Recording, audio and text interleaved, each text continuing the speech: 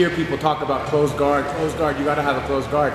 And here's something that can really help, okay? Of course my legs are gonna be strong and closed, but once I break his posture down and I do get him down here, instead of just holding his head, I'm gonna hug him very tight. I'm gonna take this hand and it's gonna go as deep as I can through the arm, okay? See it out here?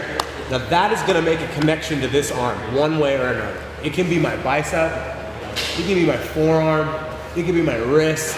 If you have a gi on, it could be the sleeve, okay?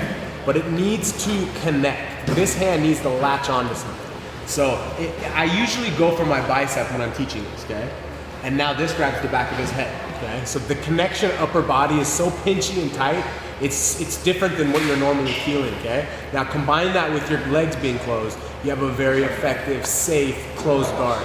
Meaning the guy's not gonna pass, the guy's not going to punch, the guy's not gonna kick very easily. Do you see what I'm saying? Now, this is okay, just this regular kind of overhook stage 1 action. It's very good, but against an advanced player, you need to have this connection, okay? Now, the first thing that I look to do is make him frustrated. I squeeze tight, I hold him, and we're gonna get a reaction out of him, okay? Based on the reaction that we get, we learn to do different things, okay? Now, one thing that seems to happen is eventually he will stand up, both of his legs, and he will get tall. Yep, go ahead, stand up. We'll keep your head down. Because I'm pulling it, he can't really get his head up. Now, my feet are gonna go here, and I'm gonna hit this overhead sweep, okay? And of course, you can roll over and mount. And when you get here, you could have a variety of attacks. You know, there's a bunch of cool things you could do, but that's not really the lesson. The lesson is getting the sweep off of this falcon guard. Okay, so if he doesn't stand up with both legs, you're not gonna get the overhead sweep. But I promise you, it does happen. So what we're trying to do is map out all the different things that happen off of this connection.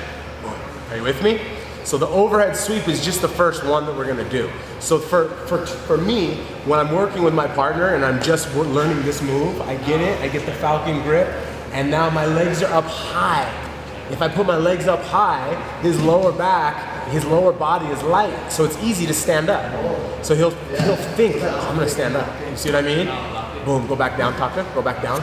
So if I put my legs way down here, it's not that he can't stand up, it's just that his lower body is heavier.